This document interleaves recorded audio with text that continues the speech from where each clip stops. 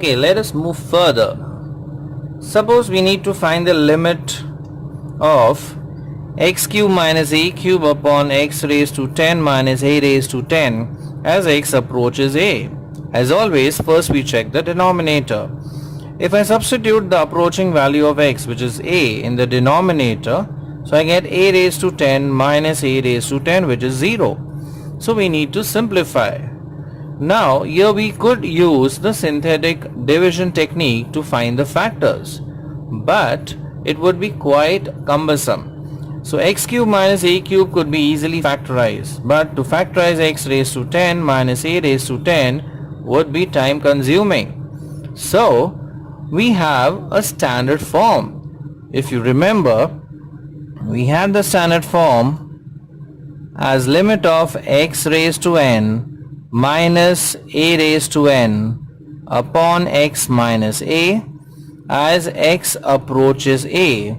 The value for this standard form is n times a raised to n minus 1. So basically what you have to do is you have to find the missing part related to this standard form.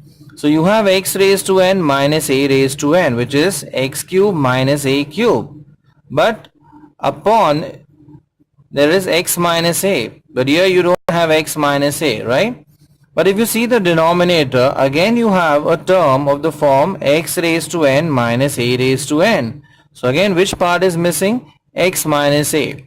So basically numerator and denominator need x minus a, right, as the denominator. So what we do is we divide numerator as well as denominator by x minus a. So what we get here is limit as x approaches a. Let's take the first term here, x cube minus a cube. We divide this by x minus a. So this completes the standard form in the numerator. Likewise, in the denominator, we have x raised to 10 minus a raised to 10. We divide this by x minus a. So basically we have two limits hidden inside a single limit. So we have two limits of this standard form. Now we need to write a reason out here. As x approaches a, so definitely x minus a is not equal to 0. Next step is we separate the two standard limits.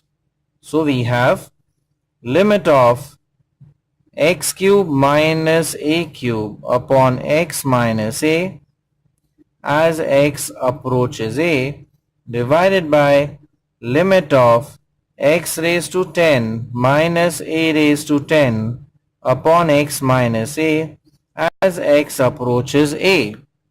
Now using the value for the standard form, we get n times a raised to n minus 1. So here n is 3. So 3 times a raised to 3 minus 1 upon 10 times a raised to 10 minus 1. So we are left with 3 times a square and 10 times a raised to 9.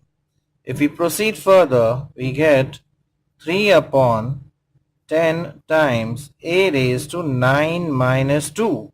So the final answer is 3 upon 10 times a raised to 7. So basically we are using the standard limit out here, which is limit x raised to n minus a raised to n upon x minus a as x approaches a.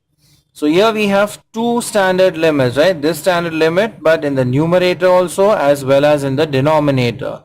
The only element or the part which was missing was x minus a. So we divided numerator by x minus a as well as the denominator by x minus a. So we have two such standard forms inside the same limit. Then we separated the two standard limits, applied the formula, the value that is n times a raised to n minus 1, simplify, and you arrive at the final answer, which is 3 upon 10 times a raised to 7. Okay, now let us consider one more example related to this standard limit. The question is find k if limit as x approaches k of x raised to 5 minus k raised to 5 upon x minus k equal to 80. Now if we compare with the standard limit, all the elements needed for the standard limit are present out here, right? X approaches a, so here we have x approaches k. We have x raised to n minus a raised to n upon x minus a over here. We have x raised to 5 minus k raised to 5 upon x minus k. So none of the parts or the elements is missing, right? And this value out here is given as 80. So if we use the formula for this standard limit on the left hand side, we would obtain n into a raised to n minus 1. Now here n is 5. So it will be 5 into a is nothing but k raised to 5 minus 1 is equal to 80. Now if we divide 5 over here, so we have k raised to 4 is equal to 80 divided by 5, which is 16. So k raised to 4 is equal to plus or minus 2 raised to 4. So therefore the value of k is plus or minus 2. So this is how we obtain the value of k. So this left hand side is completely in the standard form. So we just have to apply the formula n times a raised to n minus 1. We just replace this by its value. Simplify and we obtain the value of k as plus or minus 2.